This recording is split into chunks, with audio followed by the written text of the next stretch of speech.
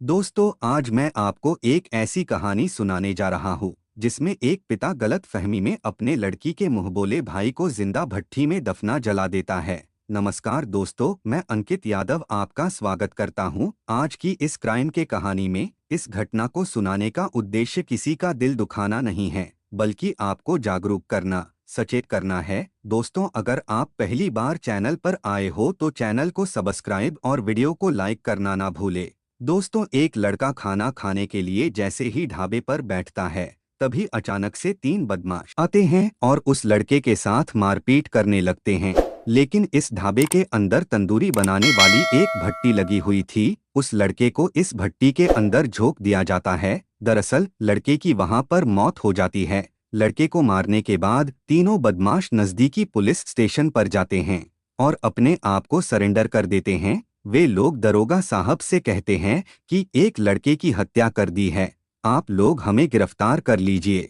लेकिन दरोगा साहब को लगता है कि यह लोग मजाक कर रहे हैं। उनको बिल्कुल भी विश्वास नहीं हो रहा था कि वह लोग किसी लड़के को मार सकते हैं। दोस्तों, यह घटना पश्चिम बंगाल के कोलकाता की है। एक लड़की थी जिसका नाम सलमा था और सलमा की उम्र 12 साल के आसपास थी। सलमा अपने मम्मी पापा के साथ रहती थी। सलमा के पापा का नाम अहमद था। सभी लोग बहुत खुश थे और उनकी जिंदगी हंसी खुशी गुजर रही थी।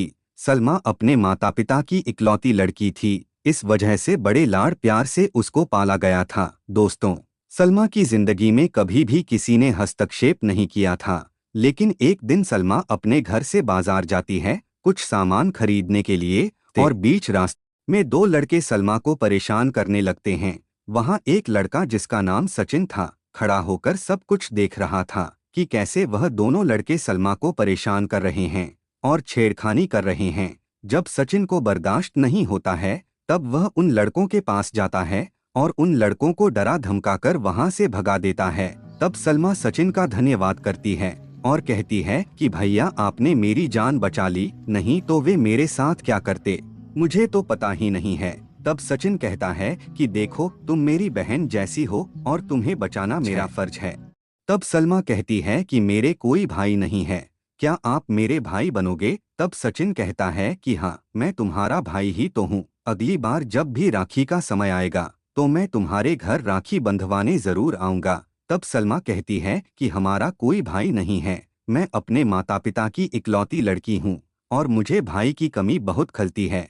लेकिन इस बार रक्षाबंधन पर आप जरूर मेरे घर पर आना। दोस्तों, हालांकि सलमा मुसलमान थी, लेकिन रक्षाबंधन का त्योहार भी मनाना चाहती थी। जाहिर सी बात है कि हर लड़की की ख्वाहिश होती है कि वह अपने भाई की कलाई में राखी बांधे। दोस्तों, इस तरह से सलमा और सचिन के बीच में बातचीत होती है और दोनों एक दूसरे के भाई बहन बन जाते हैं। सलमा अपना मोबाइल नंबर भी सचिन को दे देती है और सलमा वहां से बाजार चली जाती है और अपना सारा सामान खरीदने के बाद फिर से अपने घर वापस चली जाती है। लेकिन घर जाने के बाद सलमा अपनी मम्मी को पूरी कहानी बताती है कि सचिन ने कैसे उसको बचाया। दोस्तों, सलमा ने अपने पापा से सचिन के बारे में भी बहुत कुछ बताया तो उसके पापा सचिन की बहुत तारीफ करते हैं। सलमा अपने पापा से कहती है कि सचिन रक्षाबंधन पर मुझे राखी बंधवाने के लिए आएगा। तब सलमा के पापा कहते हैं कि बेटा ठीक है, मुझे कोई एतराज नहीं है।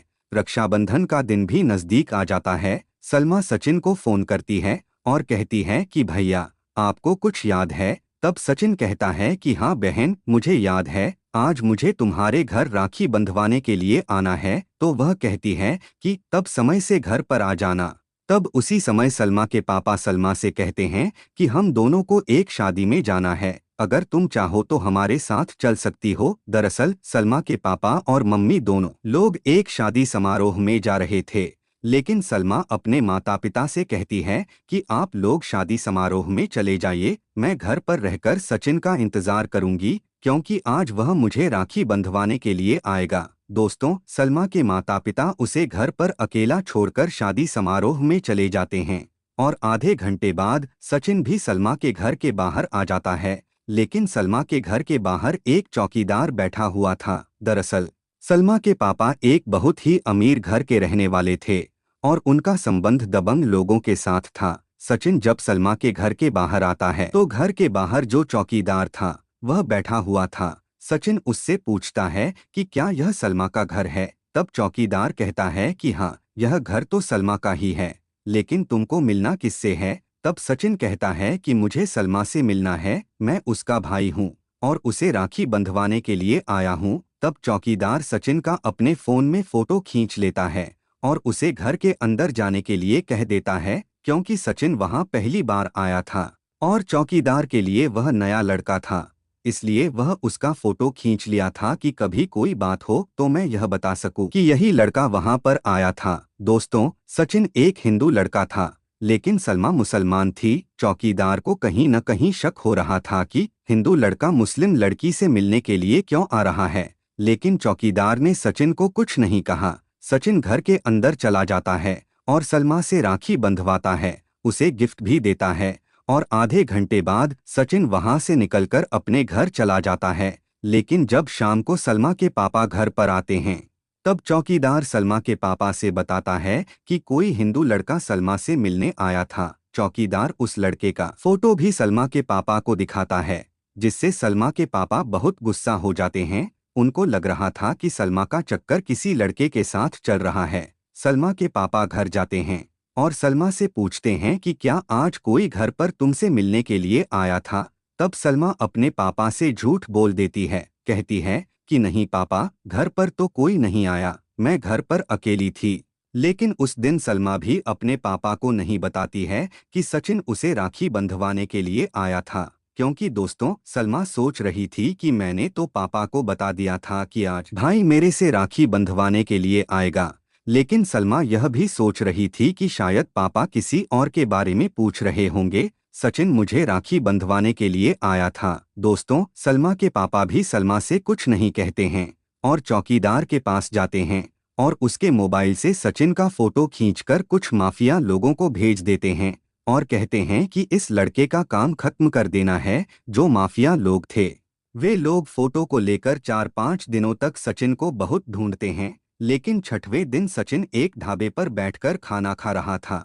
तभी कुछ माफिया लोग वहां पर पहुंच जाते हैं और फोटो से सचिन का चेहरा मिलाते हैं, तो उसका चेहरा एकदम सेम टू सेम मिल जाता है, जिससे सचिन की वहां ढाबे पर बहुत पिटाई की जाती है। पिटाई करने के बाद माफिया लोग तंदूरी भट्टी के अंदर सचिन को झोंक देते हैं, जिससे मौके पर ही सचिन की मौत हो जाती है। मौत के बाद जो माफिया लोग थे, वे भाग जाते हैं और अपने आप को पुलिस स्टेशन में सरेंडर कर देते हैं। दोस्तों, अब जाहिर सी बात है कि कोई भी आदमी थाने पर जाकर ऐसे बोलेगा तो कोई भी विश्वास नहीं करेगा।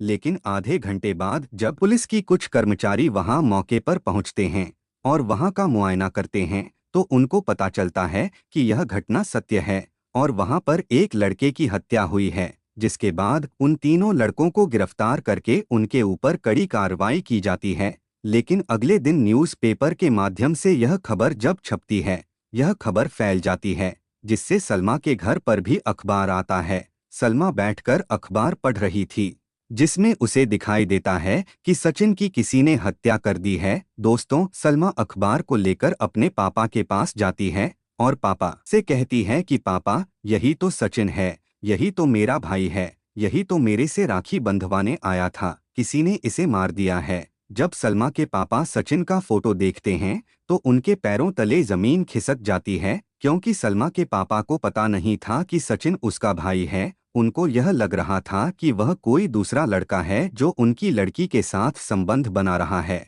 या फिर उसकी लड़की के साथ कुछ अलग व्यवहार कर रहा है। यही सब सोचकर सलमा के पापा ने सचिन को मरवा दिया था। लेकिन जब सच्चाई का पता चला, तब सलमा के पापा बहुत मायूस हो गए और उनको अपने आप पर बहुत बुरा महसूस हो रहा था। दोस्तों, सलमा के पापा पुलिस स्टेशन जाकर अपनी पूरी कहानी थानेदार साहब को बता देते हैं कि कैसे गलतफहमी की वजह से सचिन की जान चली गई है, जिस वजह से सलमा के पापा के ऊपर कड़ी कार्रवाई की जाती है और उनको भी जेल के सलाखों के पीछे डाल दिया जाता है। लेकिन इस पूरी घटना की वजह से सलमा पूरी तरह से सदमे में पहुंच गई है, क्योंकि सलमा सोच रही थी कि शायद अगर उसने रक्षाबंधन वाले दिन अपने पापा को सच्चाई नहीं बताई होती, तो शायद यह घटना घटित नहीं होती। दोस्तों, सचिन की 1% भी गलती नहीं थी, पूरी गलती सलमा और उसके पापा की थी। दोस्तों, किसी के कहने पर कोई भी फैसला नहीं लेना चाहिए। जब तक अपनी आंखों से हमें वह चीज दिखाई न दे तब तक हमें किसी की बातों पर भरोसा नहीं करना चाहिए, क्योंकि सचिन की जिंदगी, और न सिर्फ सचिन की बल्कि गलतफहमी की वजह से सलमा के पापा और जो 3 माफिया लोग थे उनकी जिंदगी बर्बाद हो गई। दोस्तों, वे लोग भी जेल में चले गए हैं और अपने किए की सजा काट रहे हैं।